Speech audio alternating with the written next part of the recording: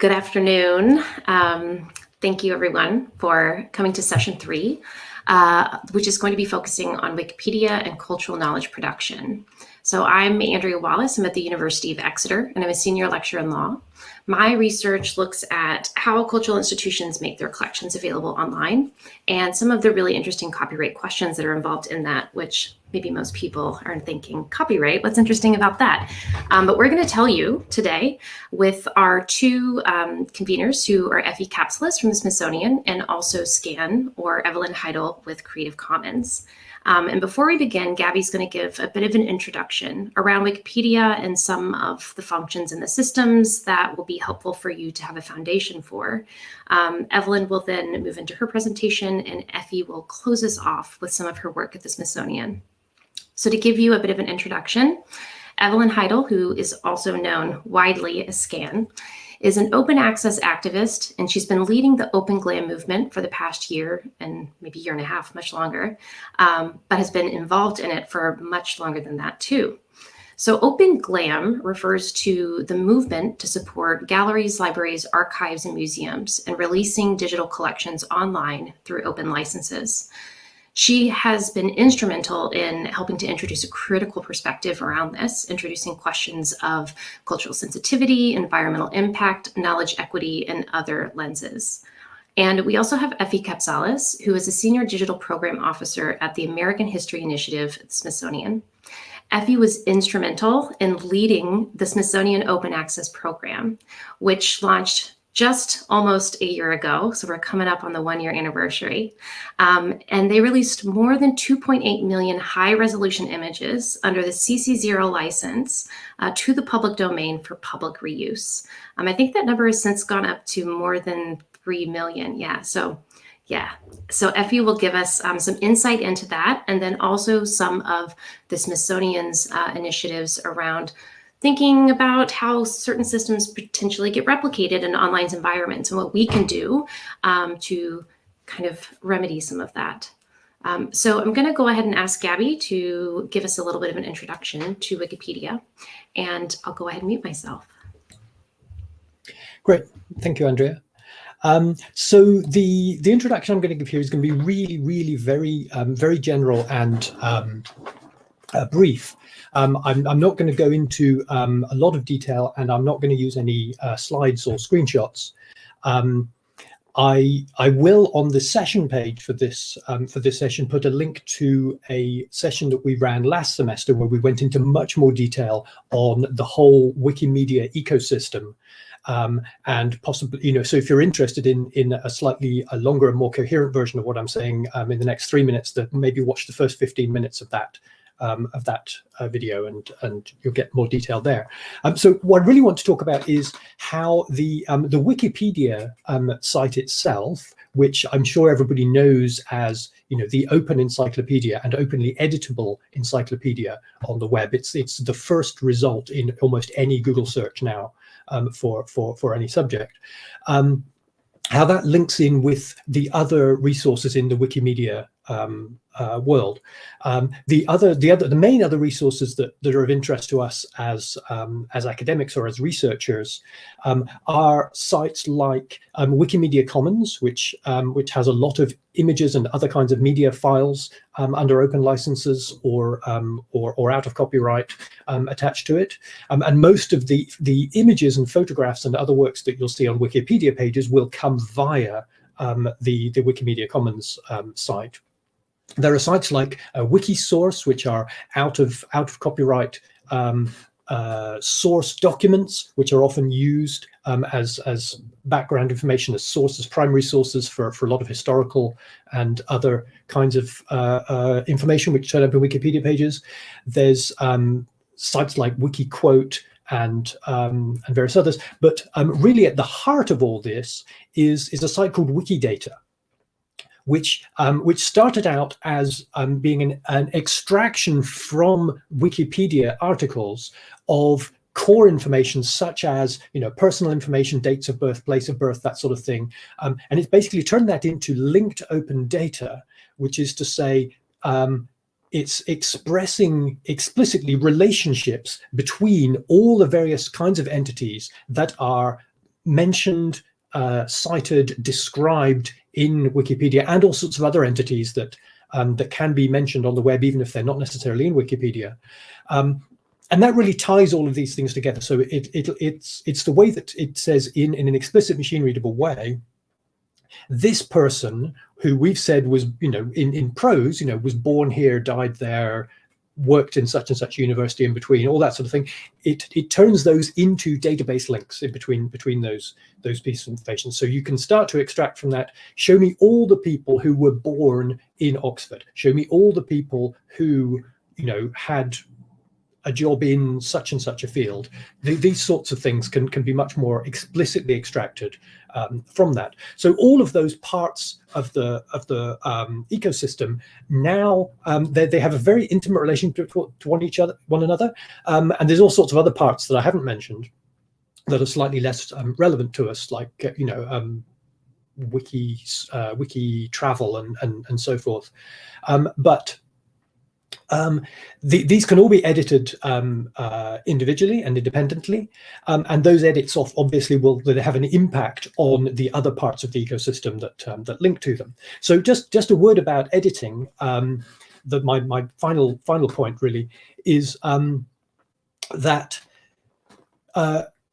people often make two very different and very conflicting claims about Wikipedia based on the idea that Wikipedia is completely open, right? So Wikipedia is sometimes described as, the open encyclopedia that anyone can edit. Therefore, it's this sort of utopian democratization of knowledge. Nobody, nobody has a hegemony over it, etc. And therefore anything that is true can be put in it, and therefore it's this massive, really powerful piece of information, to which to some degree is true. The other statement that you'll often hear people make, and I'm sure, especially if you're at university, you'll have heard somebody make this statement since you started your course, is that Wikipedia is a massive open site that can be edited by anybody, and therefore it's crap because everything in it is unverified. Nothing can be checked. People, it's full of hoaxes. People put things in as a joke. People troll. People put things in as an insult against people. There's propaganda. There's all sorts of things that get in there, and all of that's true as well. That can happen, and those things do happen. We really hope they don't, but they do sometimes happen. I can almost guarantee that if you really wanted to find false information and misinformation on Wikipedia, you could. So the issue is, where in between those two extremes do we ourselves navigate when we use Wikipedia and when we edit Wikipedia ourselves? And one of the ways that sort of dystopian view is mitigated is because the masses of people who edit Wikipedia aren't just creating new information about what they're interested in, what they know about. They're keeping an eye on and they're looking at people who edit the pages that they know about and care about. And if someone vandalizes that page or puts in misinformation or creates a new page about something that is not really notable or whatever, they can fix that. They can revert the edit. They can remove it.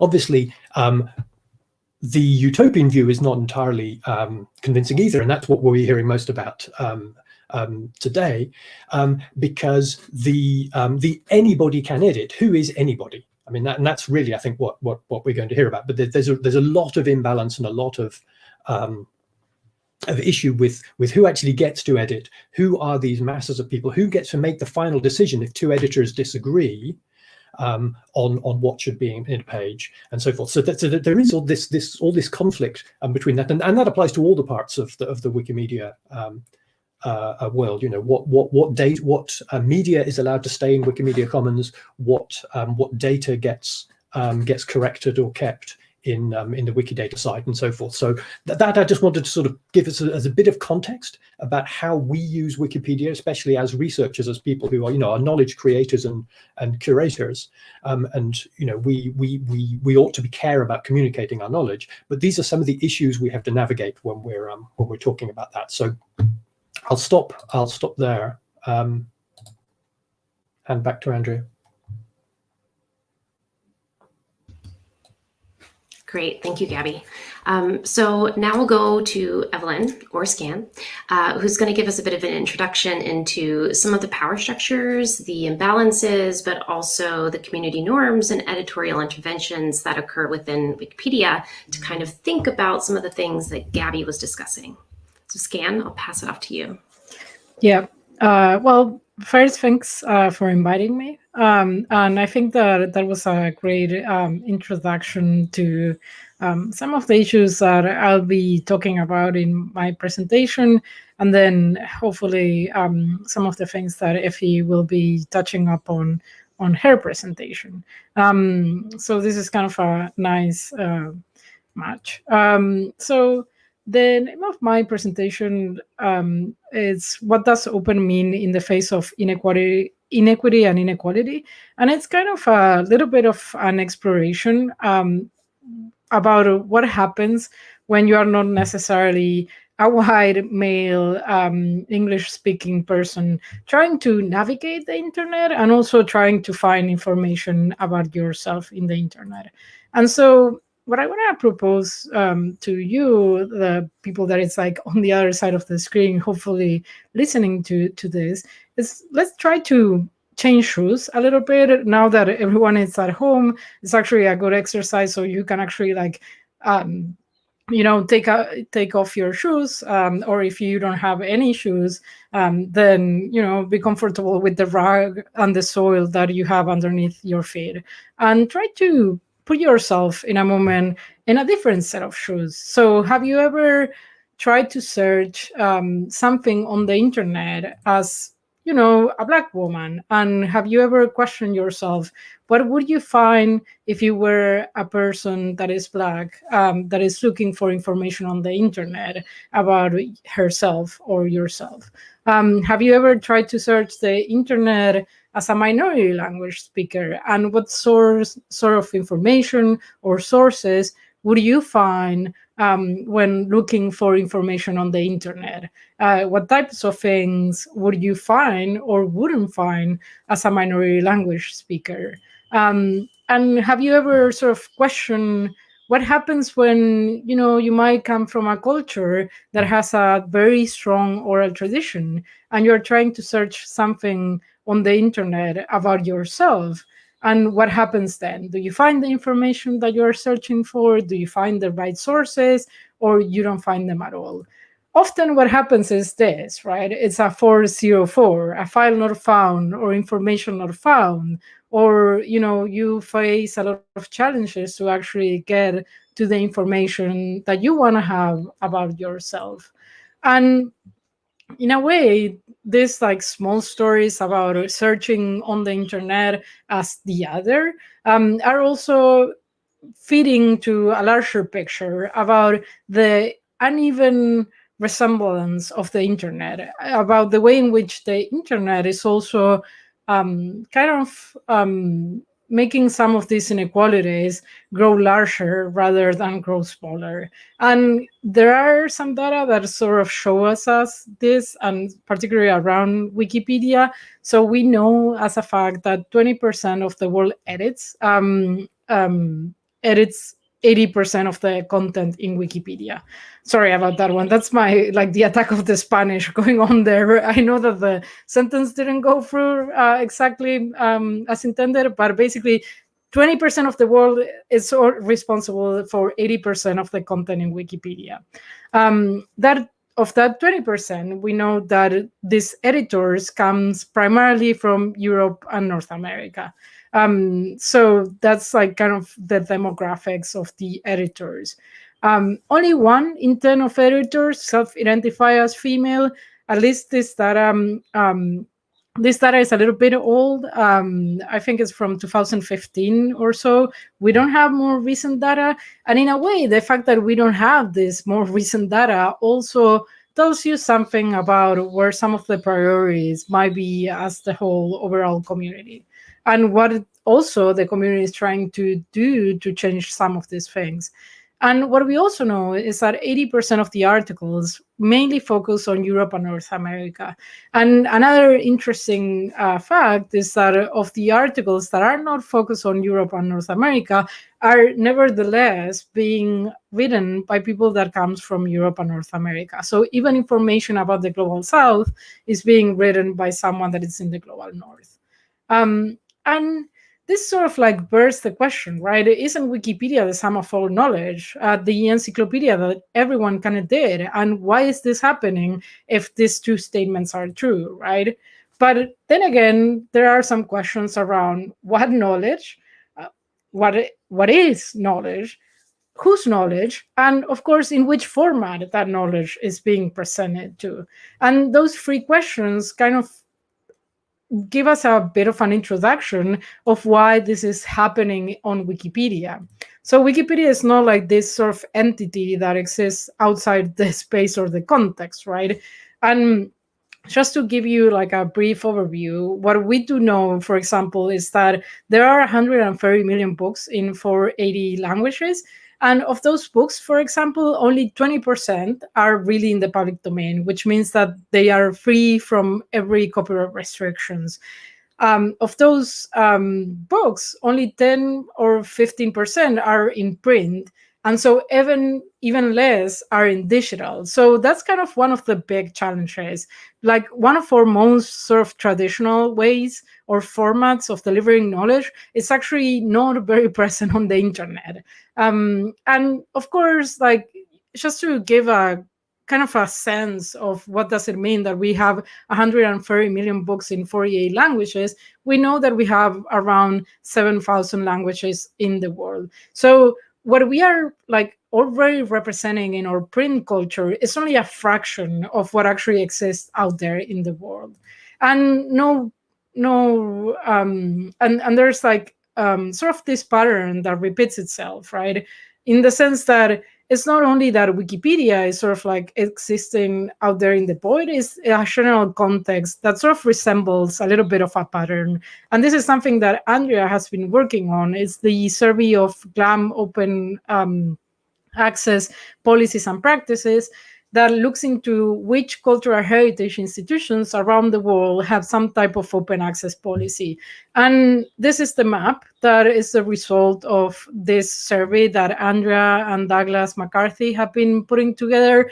And this resembles a similar pattern that we see over and over and over and over whenever we look at maps. We see that everything is kind of concentrated in the global north, and then when you look down you see that things are not as concentrated. So we could like put air traffic here and it would resemble a similar pattern. We could put first world countries here and it would resemble a similar pattern. So in a way, like the patterns that we see when sharing cultural heritage and when producing information on the internet are already resembling something of the existing inequalities that we can see throughout the world.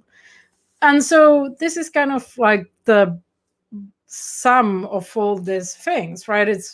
It boils down to several power dynamics that already exist out there in the world. And there are many barriers for this participation to happen. It's not only about copyright or getting the CC licenses right. I know for a fact that CC licenses can be a little bit complicated, but there are more barriers than only just copyright. There are linguistic barriers, there are technical barriers, there are resources barriers, all sorts of different barriers that impede this knowledge, this other knowledge, to actually be more present on the internet.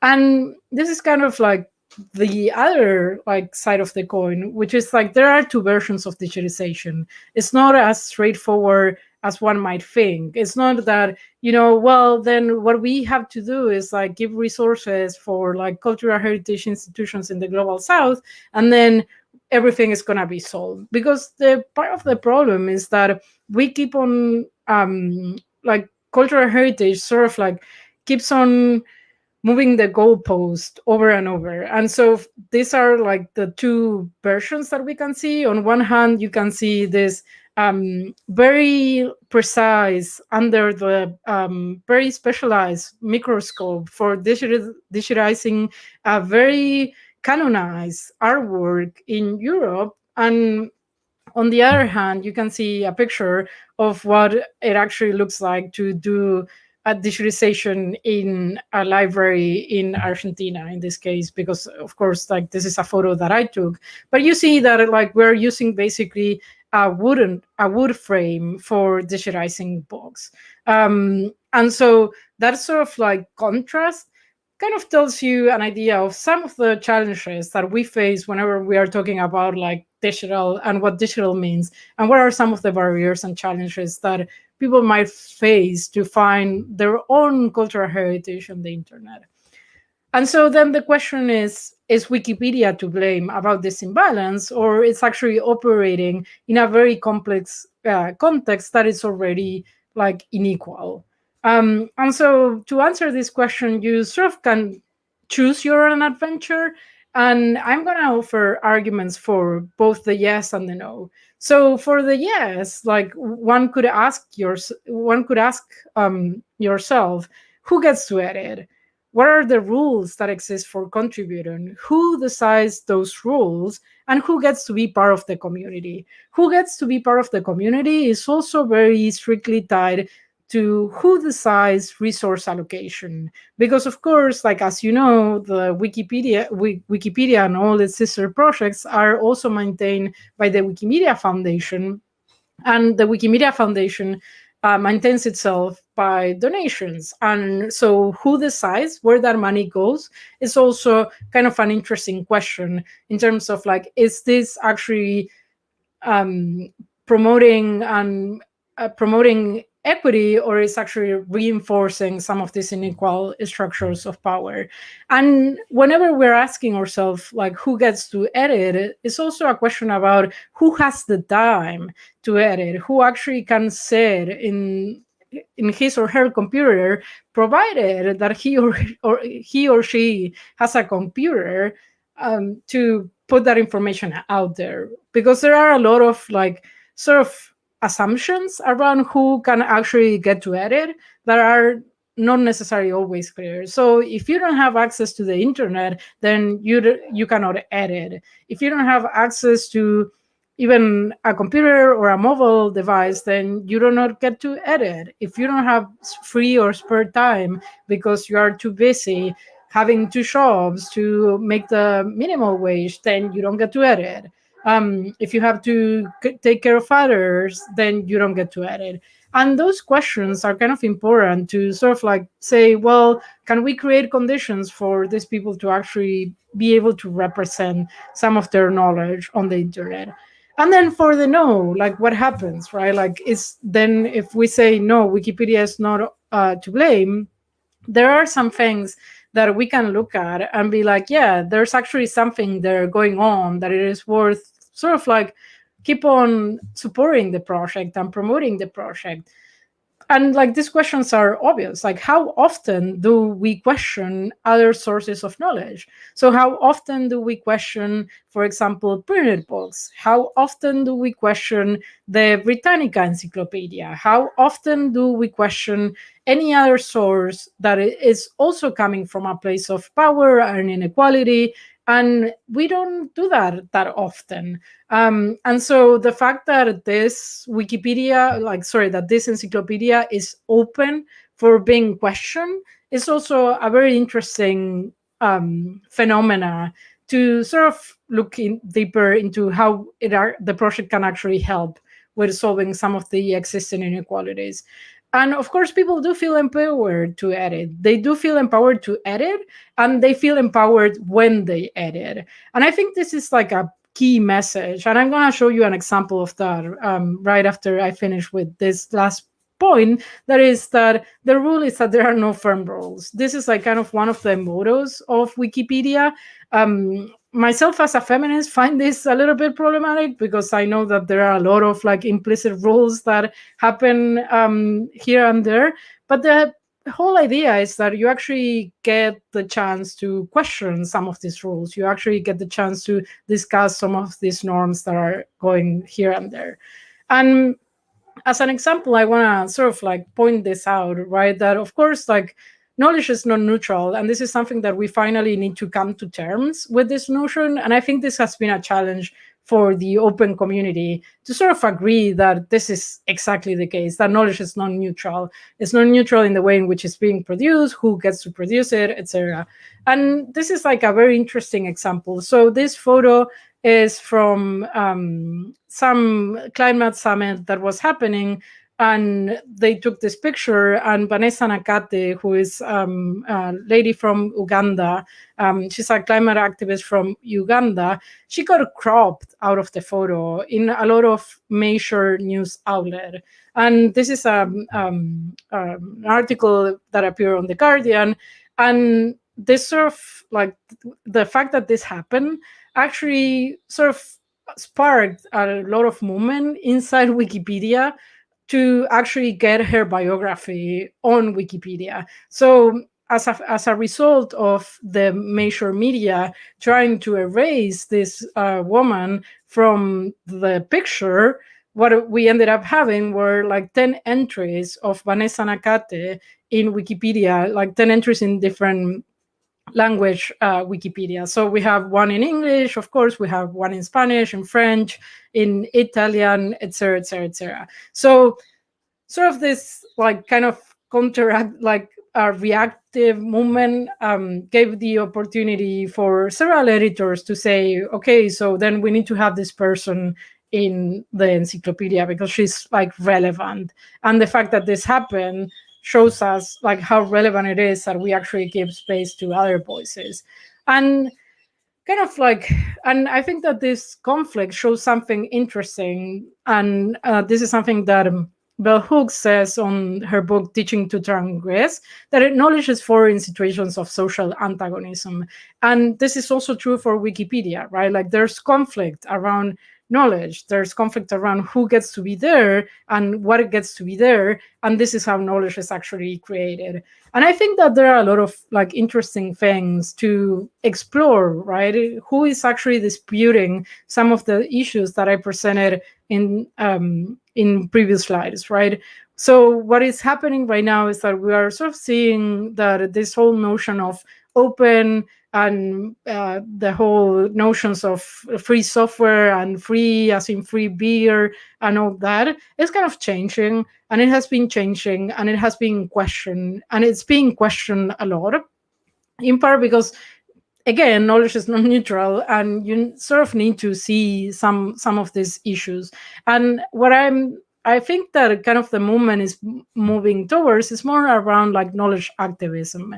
So there are a lot of projects like Wiki Women in Red, Black Launch Table, Whose Knowledge, Wikimedians for Sustainable Development, several global South chapters that are working on a lot on digitization. So for example, Wikimedia Indonesia is doing a lot of things to digitize some of their historical archives and bringing them online. And the same is true for the Punjabi community in India. And so there is a lot of movement around using the platform as a way to do activism around sharing knowledge. And this work is actually like disputing some of the more common senses of knowledge. And again, I think that if we find that knowledge is forged in the situations of social antagonism, then this is also a reason why Wikipedia is creating knowledge, right? It's not only around, oh, we get to share whatever is in the more like traditional sources by the act of questioning some of these assumptions and actually like working towards putting this knowledge online. We are also creating more new knowledge. And this is kind of the end line of my presentation. And of course, like I want to give credits to all the images that I've used during this presentation. They are all actually, most of them are actually taken out from Wikimedia Commons. So it's not only about like how you edit, it's also about how you can then reuse some of this knowledge. Luckily, thanks to some of the CC thanks to the CC licenses. And that's kind of the end of my presentation. Thank you, everyone. And if you want to have access to the presentation, well, there's like that really long link, but I also share with Gabe a shorter link that he will share with you. And that's it. Effie? Great, thank you so much. That was really excellent. And I think Effie's probably going to talk about how the Smithsonian has been thinking about some of these questions in relation to their own collection and the specific programs that Effie has been leading within the Smithsonian to kind of tackle targeted approaches, which is a really interesting thing about Wikipedia is that anyone can organize their own kind of community campaign and think about a project and define a common goal. So this has been such a crucial thing that Effie and other institutions are starting to do when they're thinking about how they can use their collections in open access to start to kind of inform and provide the materials for more kind of equitable knowledge production on Wikipedia. So I'll pass it to Effie. Good afternoon, good morning. This is great. Scann, you really set the context for some of the challenges that we're having. I'm just going to caveat this entire presentation with, this is a work in progress. So I don't have the answers, but we're trying out some things with the Smithsonian American Women's History Initiative. And so let's dive in. So I'm first going to start with a story. Let's see, am I able to advance the slides? I am not. Sorry about that. Okay, here we go. So on October 4th, 1960, an airplane took off from Boston Logan Airport. 6 seconds after takeoff, the plane spun out of control and 62 people died. It was called the worst bird strike in US history. Investigators scoured the wreckage for clues, and in 3 of the 4 plane's engines, they found pieces of dark feathers. They had no clue what to do with these. So what do you do in the US when you find a specimen you can't identify? You send it to the Smithsonian's National Museum of Natural History. The museum asked one of its top bird experts to take a look at the feathers, and her name is Roxy Laybourne. Through this experience of being called into a cold case, Roxy founded a field of science called forensic ornithology. And she used the massive collections at the Smithsonian's National Museum of Natural History to solve cases like this, to help identify bird patterns, migration patterns, to improve the safety of a multi-billion-dollar industry, commercial air flight. And she also solved even criminal cases where bird remains were found. So I'm just going to play a little clip of Roxy for you.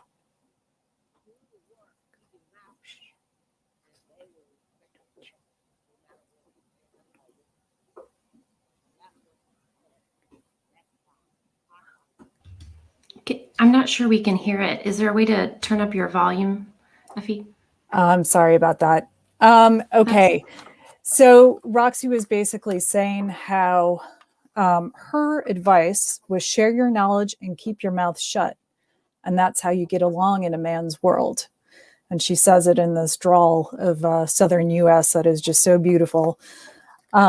So Roxy is an amazing figure in the Smithsonian's history and also the history of women in science in the US.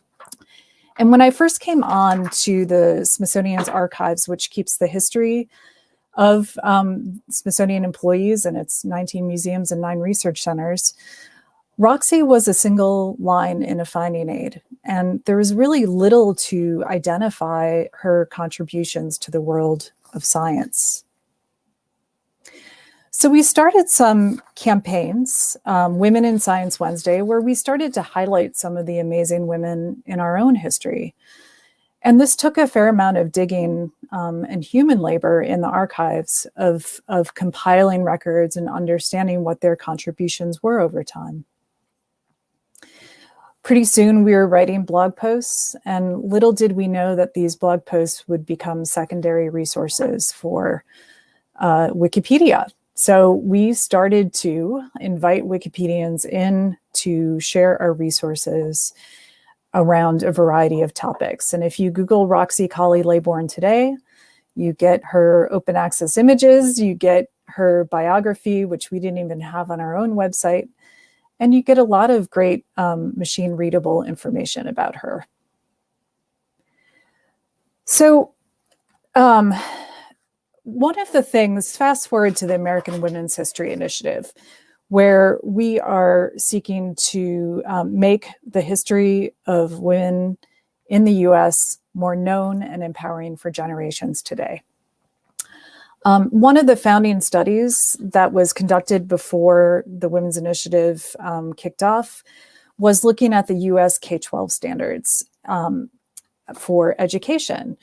And because of the framing of American history in our curriculum, women are often excluded because the whole framework of history is around notable dates in war and in US government.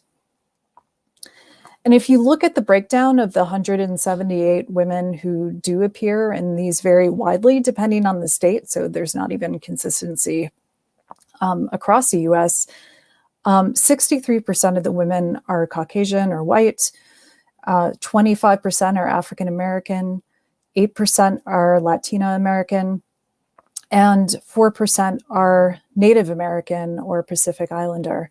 There are 0 Asian American women who are mentioned in United States social studies classes, unless the teacher goes out of their way. So I'm just going to take a look, pull back at what it looks like to search for a woman's name on our own websites at the Smithsonian. And you get a large swath of kind of disconnected records, images, and things that don't really add up to a portrait of a woman. If you do the same search on any major search engine, I did Google this time, you find the woman's biography like we saw with Roxy Colley-Laybourne. This is largely Wikipedia. And so the problem, as Scann just broke down in a much more nuanced way than I'm about to do, is that 18% of Wikipedia biographies are about women. What's really important to recognize in this is that it took 5 years to increase that representation from 5.5 to 18.1%. So knowledge creation is ongoing. And as Scann mentioned, only 1 out of 10 Wikipedia editors identifies as a woman. I did hear some good news, Scann, recently from Catherine Marr, the executive director of the Wikimedia Foundation, that this year there's been a 30% increase in volunteers who identify as women. So I think some of the work we're doing, not just at the foundation level, but also at the community level, is really starting to work.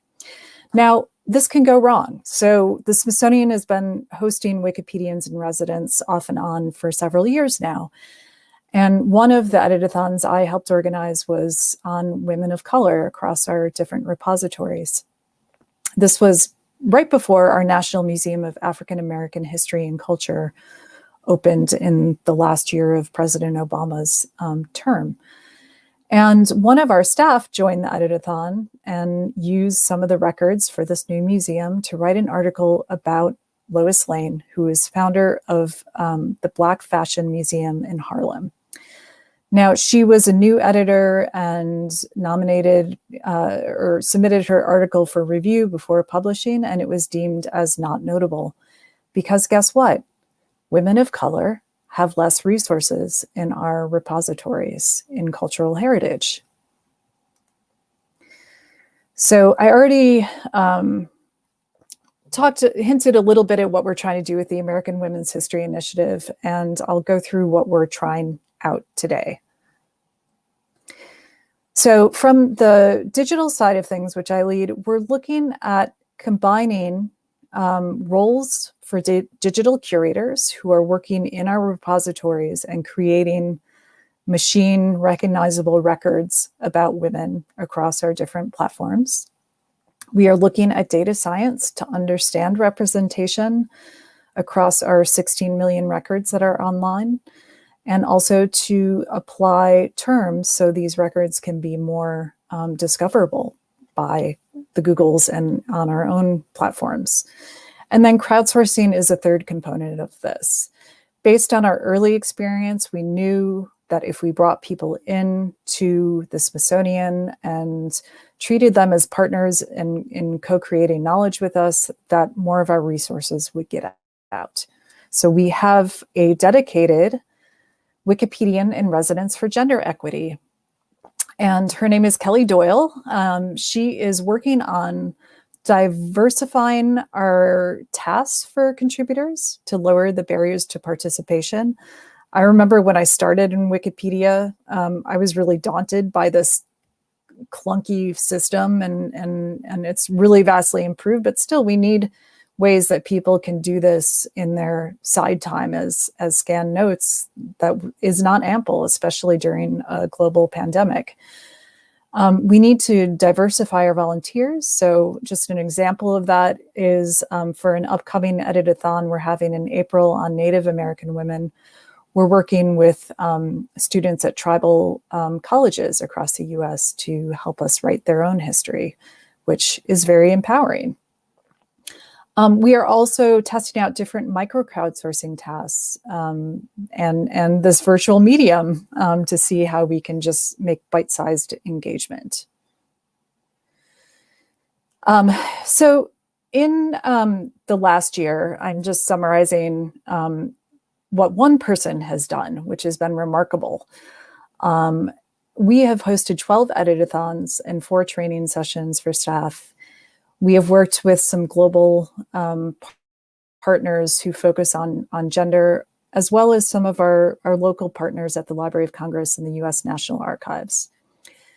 We contributed 275 images of American women, which have garnered close to 500,000 views from March 2020 to April 2020. This outnumbers the views on our own platforms by several thousands. Our volunteers have edited over 100 articles. We've had 94 new editors to Wikipedia. We've added close to 15,000 words and references back to our resources that people do trust. We added 132 links. Now I list a bit.ly link in the bottom. So if you want to sign up and contribute from where you are to our editathons, that's a way to keep in touch with what we are doing. So why this matters? Well, one of the first images we contributed from our National Portrait Gallery was a high-resolution image of Sojourner Truth. Now, before this, you Googled her name and there was a low-res pixelated image that appeared as you were typing out her name.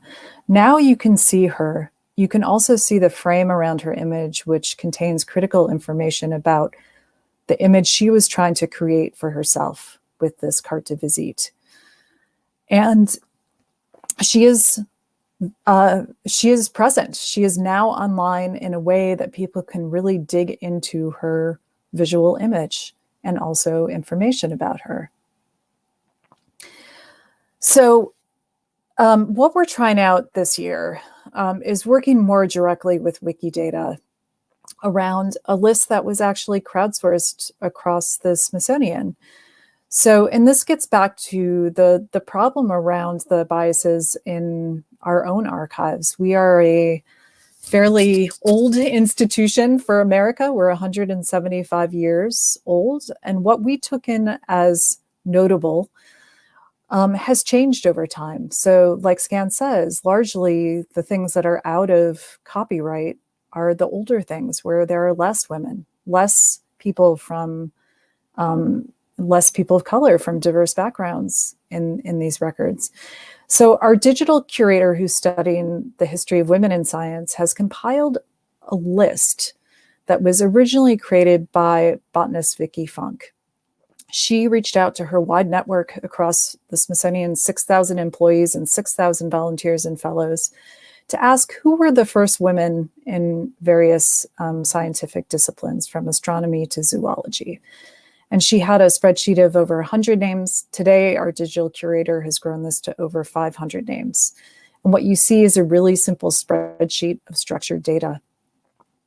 And we are going to test contributing this at scale directly to Wikidata. And if we have images, we're going to populate those on Commons, and then use a batch process to create stub articles for women who aren't currently included in Wikipedia. So I'm going to end my presentation there, but just to say that this is a problem that is not only solved by the machines. This is one where we have to have people working in the repositories who are dedicated to creating resources about people who are left out of our canon as cultural institutions around the world. So we have 9 curators working on American women's history. That's a lot of people. That's a lot of resources. We are lucky. We also have a small team of data scientists. We are very lucky that we can use these people in this way. So next year, we are also going to be working with our affiliate museums around the US, who tend to be smaller cultural organizations, and try to bring them into our campaigns. But we're also working with Wiki Education to provide them training on participating in Wikipedia. So again, these are small incremental pilots. We'll be sharing out how this goes over time, but it's really great to be here with all of you today. Well, thank you both so much. That was amazing and ideal. And I can't wait to save the link to this video and use it for every single thing that I do with Wikipedia going forward. It's the perfect record. So thank you. So Gabby, if I understand, we're going to talk about the exercise a little bit and then open up for discussion, or we are doing the discussion first? Oh, I can't hear you. Sorry, no, I forgot to unmute. So either way, the one thing I would add once we do open to discussion is that as some people have realized, that anybody watching this live on YouTube can leave comments in the live chat feature, which is usually to the right of the video, and we will see those comments and we will try to respond to them if you do so. But I don't know if there's any immediate sort of things you wanted to bring out of that discussion. We could do that now and then talk a bit about the exercise. We have a bit of time. Well, yeah, I think the exercise, and what's so interesting about some of this and how both things paired so well together is, kind of a provocation to get people to think about how they can edit some of the Women in Classics pages on Wikipedia. And, I think both of, as I said, these presentations come together in a really nice way in terms of like representing the contributions that women have been making to the classics field, but then at the same time, also thinking about so many of the aspects that Scann brought up when she was talking about who produces knowledge and about whom, and thinking about citational justice, which is something that we've kind of referenced in the GitHub page, which really is a shame because the wonderful papers that are on it are not open access. So we're not able to let you read it. But citational justice as kind of a lens and a methodology for thinking about how you can edit some of the pages to represent the voices, that Scann brought up as not being represented in a lot of places in Wikipedia. So, if you're thinking about different ways that you can kind of approach that, I think that's a great way to kind of tie the two different wonderful presentations together with regards to the exercise. But I would actually love to maybe have the discussion, with that in mind, so that people continue to think about that. And then maybe at the end, we can do a little bit more kind of concrete discussion around more specific ways that people can approach it. I think one thing that I think Effie made a really important point about, and this also relates to open access and being willing to take the important step of opening up your collections and allowing people to poke through them and find the things, that, it's like a sense of transparency, but in terms of, exposing ourselves to scrutiny and thinking about that as like a really, really important thing that we just have to do if we ever want any of this to be better in the future. It's also, I think, related to some of what Scann said around, knowledge always being something. And I think Effie, you said work in progress, but all of this is a work in progress. And I think this comes to our ideas of like presence versus absence. We see presence and we often see things as finite and exclusive, but there's so much more in the absence, that we don't actually know about that impacts so much of what's going on and what's represented and recorded and all of those stories too. So I wonder if maybe like you on the spot could think of some interesting examples from both of your work where some of those kind of absences came forward and really informed some of the presence, or the approaches like Effie, you talked about, even some of the structural ways that you're exploring this within the machinery to make that presence, more apparent within some of your work. So we can maybe think about how that then also translates over to what some people are doing with the Wikipedia exercise.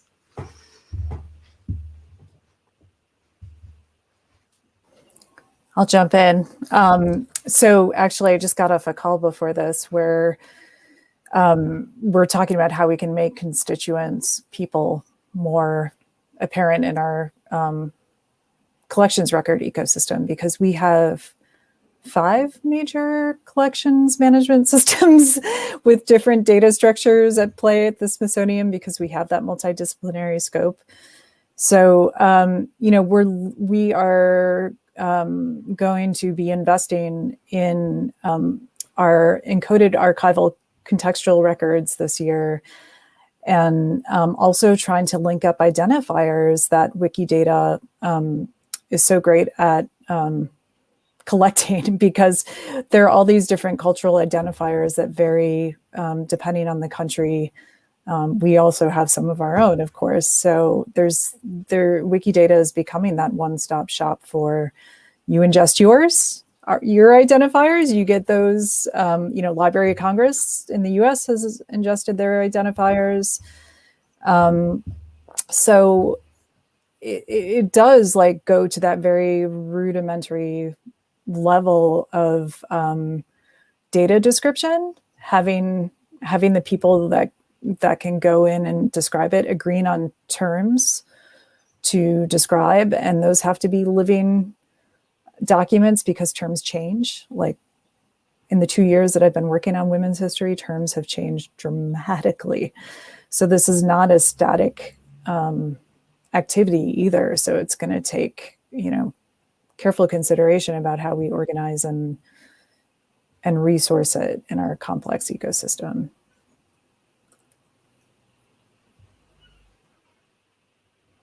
Thank you, Effie. Scann, do you want to jump in? I'm a huge fan of what Effie is doing at the Smithsonian, and I think that Kelly Doyle is like a fierce force for making these changes. So it's so good that she's doing this at the Smithsonian. I think that one of the, and by no means, like I was sort of reflecting when seeing Effie's slides beforehand, this presentation, I was thinking about absence, right? And I find that interesting, because I think that sort of the absence gives this idea that the person or the people weren't there, right? And I think that they are there, they are. It's kind of like a fact of life that we cannot keep ignoring, right? The sort of epistemological decision that we have made is to erase them. And this is kind of the thing. And this is also a reason why I wanted to try bring back the example of Vanessa Nakate, right? Because we keep on doing this nowadays when some of these things should actually be unacceptable, right? And so imagine that happening 30 40, 60, 80 years ago, when there was no internet and where these things like weren't here. So then the record that we would have end up having on the archives would have been completely distorted from what actually was happening in the reality, right? And so I think in this game of absence and presence, what we also need to ask ourselves is like, well, you know, was there actually more of a process of invisibilization rather than them not being there? And I think this is kind of the challenge, right? And, you know, whenever we are in a room, it's like, who is in the room? For me, it's always like the kind of like question that we need to ask ourselves. And this is also true for Wikipedia, right? Like, who is actually like doing this work and how we can bring more. And yes, I know that there was like this recent you know, new data about like how the increase of participation in women, like how women participation has increased on Wikipedia. But I think that that's something that at the moment should be acknowledged. Like, this is something that the movement did. I mean, Wiki Woman in Red was the one behind that, right? And like I think that that also brings a lot of questions around, again, resource allocation, right? And I'm talking more about like institutional change in a lot of ways, like how we can actually make the institutions that are responsible for stewarding some of these resources more aware that if you want to achieve equity, you actually need to invest in it. And that's kind of the thing that you are doing at the Smithsonian FA. So thank you for that.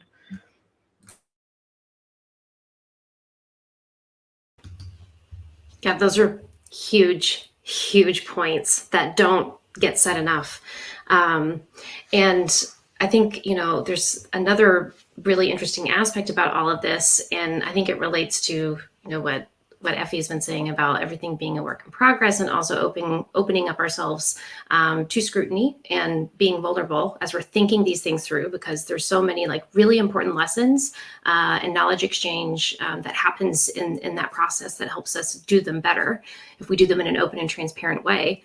But even how Wikipedia is such an important data producing tool in and of itself around all of these things, because of the way that all of these things kind of come together and either replicate themselves or aggregate in certain ways, but then allow us to challenge them and develop systems that we can think about moving back outside of Wikipedia. So yeah, I think, you know, there's some really interesting dynamics that are going on there as well. And I think one of those also is kind of about the notions of notability, which is something that we've been talking about in my art and law class. Because, you know, in order to have a page written about you or to have an article established about a topic, it has to be notable, which is a certain threshold that needs to be met in terms of how many resources and what types of resources have been written about this person or this topic.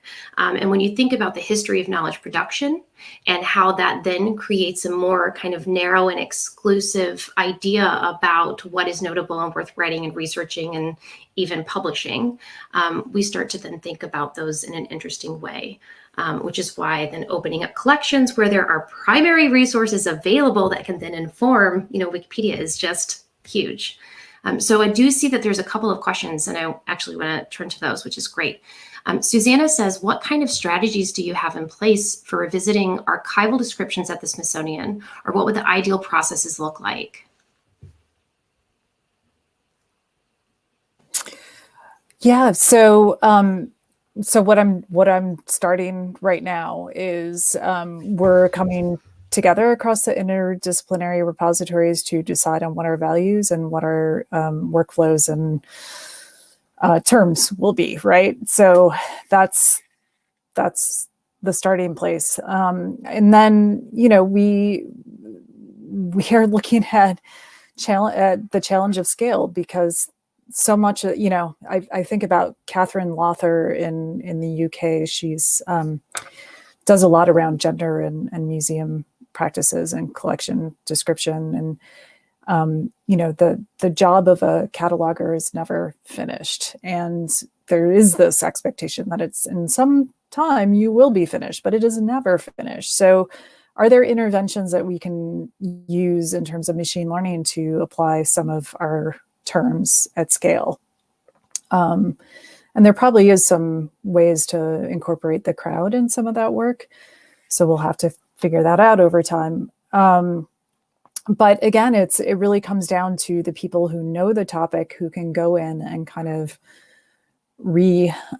describe or at least guide the machines in the way that they need to go to apply these terms. But, there aren't taxonomies that are readily available that work. Homosaurus is one, I think it's a linked open data taxonomy around gender and sexual identity. So we'll be looking at that, but it's going to have to be a living taxonomy. I don't know if I have any strategies yet. But and Phoebe talks about the importance of women participating in discussions on women's history. I mean, that's it, right? We have to get the women in the room to help determine those taxonomies. We need women in leadership positions to resource this kind of work, who see it as important. So yeah, it's a really kind of a challenge that you have to think comprehensively about the organization and who's doing the work. And she also asks, I'm wondering what you think about the desire to be visible as women editing the history of women while navigating the difficulty of an aggressively male space. And you could both probably say a lot about that. So. Oh, I can say so many things about that. I mean, it's like my sort of like experience with the movement has been like quite a meandering in a lot of ways. Like I experienced a lot of like challenges when like dealing with some of these issues, not necessarily about particularly like, editing women, but of course, like being a strong woman in a lot of ways. It's kind of always put you in a kind of complicated situation sometimes. And, I'm gonna say something that kind of my therapist has like always like told me, right, in this kind of exploration. And it's like, you need to use like your like women's strategies, right? And he's always like talking about like how we can actually like implement strategies and be smart around navigating some of these challenges. And I think this is kind of like a superpower that we can actually implement when doing some of these things, right? And sometimes you need to work around. I think that part of the challenge that we have is that there are topics that are always contested. And that if your first contribution to the wiki is going to be like a women biography, I would personally recommend not to go that way, right? What I would recommend is actually like start editing small, like do a couple of paragraphs on a biography that already exists and sort of like show good faith that you're a good contributor. And then you get less scrutinized afterwards, right? Like I can now, after doing a lot of contributions on other topics, on other paragraphs, I can actually like do a lot of things that a new editor will have a lot of trouble doing, right? And I think, this is something that we need to keep on discussing in the movement around how we do and how do we approach some of these strategies, right? Because I think that what happens is that, when we share these things, people get angry, right? I mean, like the first thing that you have is like an emotional response to some of these issues, right? And you are like angry at this website that, cannot get its S together, and we cannot invite people, and like we're like sort of experiencing a lot of aggressiveness and et cetera. And well, that's one way to approach it. The other way to approach it is actually a less emotional response and understanding that you can actually like make a lot of progress if you choose like a different route that then, takes you to the place where you want to be, right? And you will actually learn a lot of skills, like how to properly do quotes, how to actually cite sources, how you actually like do a lot of like small things and habits that can also help you in like your academic career, for example, if you're an academic, right? So sort of like approaching it too as a writing exercise. And sorry, this response is taking too long, but I do want to say something about this that is like, we need to be vocal about being women editors, right? And sort of like figuring that out. I mean, right now I'm doing a newsletter on my edits on Wikipedia around climate change. And this is also my way of like showing up, right? It's like, I can show you that there are a lot of topics that are not properly covered, that we needed more people to be working on. I mean, it's like you go to the agriculture pages on English Wikipedia or Spanish Wikipedia, and they are awful, right? And so this is something that we haven't talked about either, but it's actually very present. It's like our editors are also mainly middle-class urban people, right? And so they don't have any relationship to like other experience, or I mean, not all of them, right? But like we could bring more experiences of people that are working or living in some other places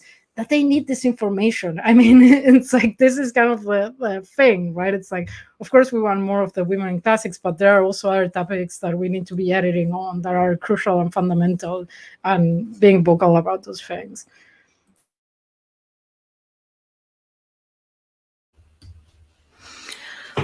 Well, thank you both so much. I think we'll spend the last few minutes kind of talking about the exercise, because this is actually making me think about how I'm going to feed a lot of this back to my art and law students at Exeter, because they're going to be, they already are using Wikipedia and editing and thinking about all of these questions, but especially a lot of the tools that Wikipedia is so valid for teaching people in terms of reviewing a source and thinking about it as, how it's been written in terms of kind of like the bias that might be apparent and all of those things too.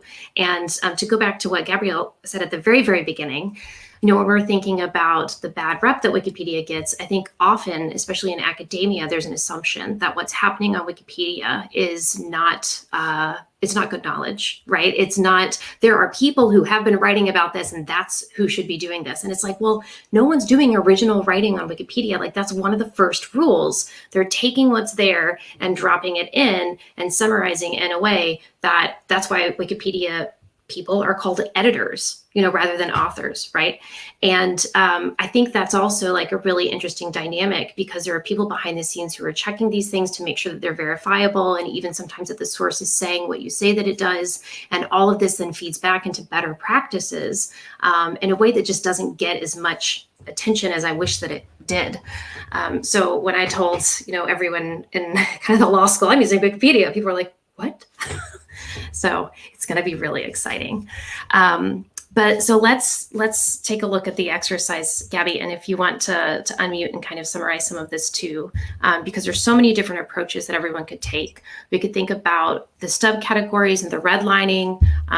As you are editing things and you come across a page that potentially you think there should be a page for, but you notice that there's not. And the way that you'll know that is because the text itself is not hyperlinked. So it could be an individual's name, it could be a topic.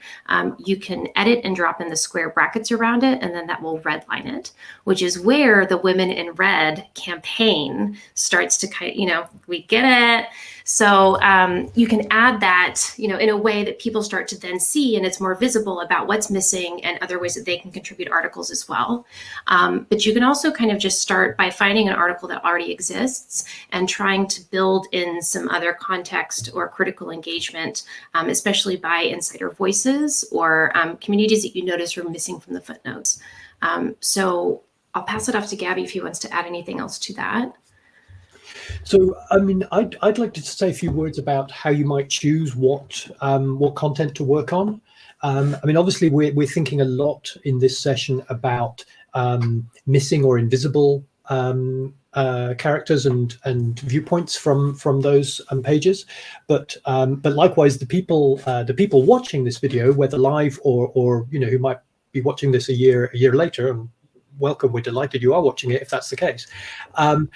Will be from a lot of different backgrounds. So whether you're a student in classics doing a module in digital cultural heritage as part of this, as I know my students are, whether you're a student taking a module in art and law, whether you're a student taking a digital humanities class in an informatics department, all of those are people I know exist, and are probably watching this live, but But from whatever other background you're coming from, you'll have different potential interests. So some of you may well be interested in the Women's Classical Committee's work that they're doing on adding more women classicists to Wikipedia, which is great. And there's a link to that on the Sunoikisis page for this, along with many of these other projects.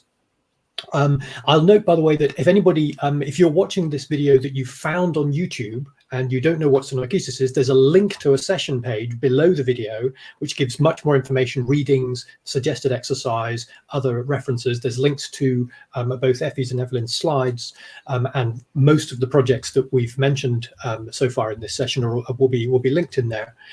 So you can find all of that.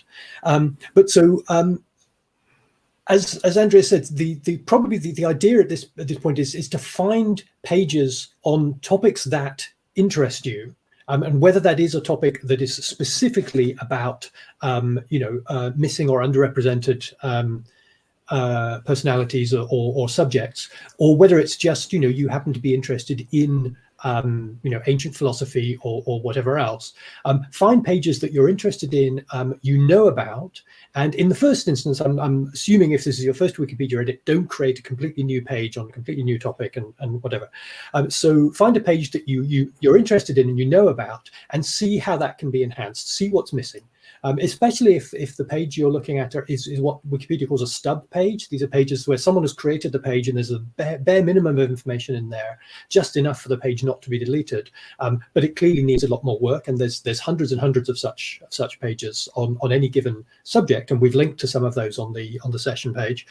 You can start and see how you might build those pages up. But also, as Andrea says, if you find a page just on a subject about, look at who's in the footnotes, and if you see that 90% of the scholars listed are male and have Anglo surnames, think about people who you would cite in an essay on that subject who maybe are missing from that list, and just add them to it. Just add some bibliography, put them in a relevant place, and footnote to them as well. Don't just add them to the references, so that they're integrated with the page and less likely to be deleted. Think of ways in which you can add to the representativeness and so forth of even pages that aren't specifically about obscure, invisible late 19th century women classicists or archaeologists or whatever, but think about various different ways in which you might enhance that. And that I think is part of the exercise, is looking at ways in which you can enhance this material, looking at some of the examples we've talked about, and look at the pages that are of interest to you, that you're expert in, that you are the person who ought to be contributing to those pages, and see how we can enhance and improve that information. I don't know if anyone else has any specific advice to these people. I think one last thing that I would say is I always encourage people to start with the reading list too, because you've done the reading and there's probably something within one of the articles that you think, aha, that's totally relevant to X topic. I'm going to jump in and add a sentence and cite to this article, or even summarize the person's argument and drop that in, like, for example, the difference in the canon. If there is a page about canonization or other types of ideas about the Western art canon, you can use that article by Andrea Rodriguez-Ortega to kind of bring in some of the context around that. So using the reading list and using the other things that you're doing is also a great way to kind of, through the back door or from the ground up, start to kind of populate articles in multiple places with one source.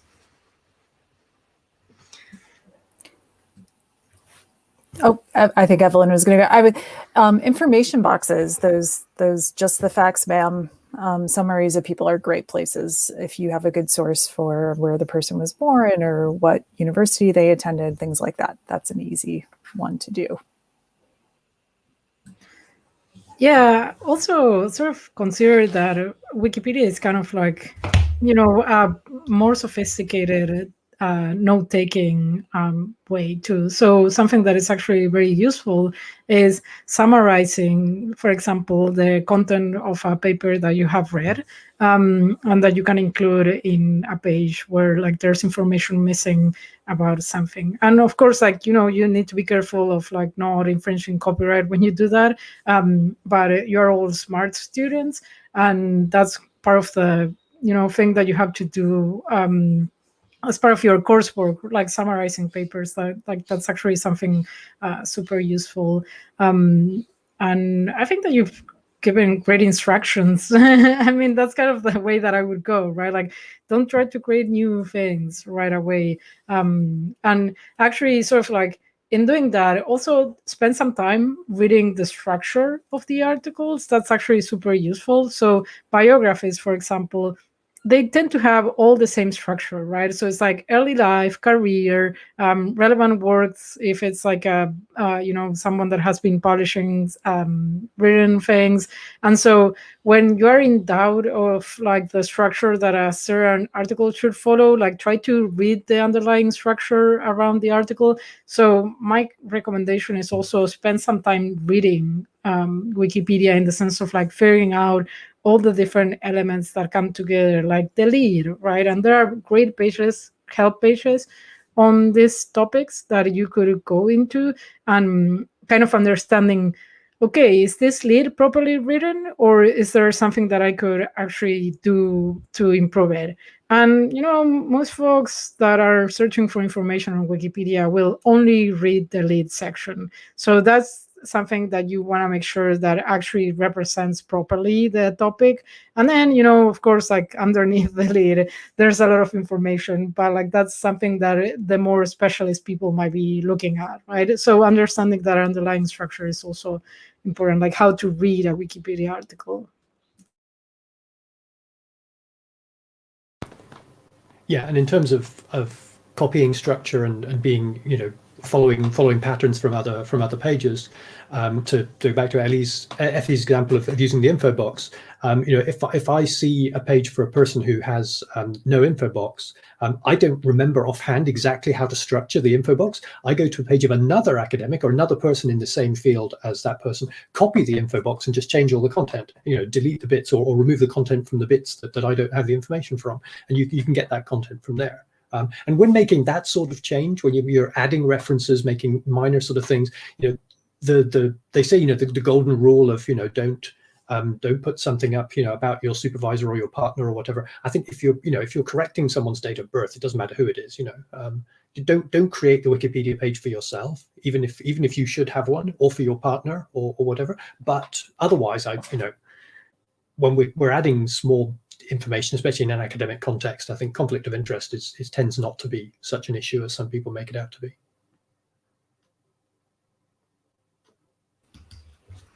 Cool. This has been an amazing discussion. Thank you both so much for your presentations. And I love any excuse to hang out with all of you. So this has been awesome. It's been great to be here and lovely to meet you, Gabriel, for the first time. Welcome to the club. I mean, given his recommendations, I think that he has been in the club for a while. I mean, like that's not like a newbie. Sorry. Yes, thanks again for the invitation. And thank you both very much for coming. I'll end the broadcast now.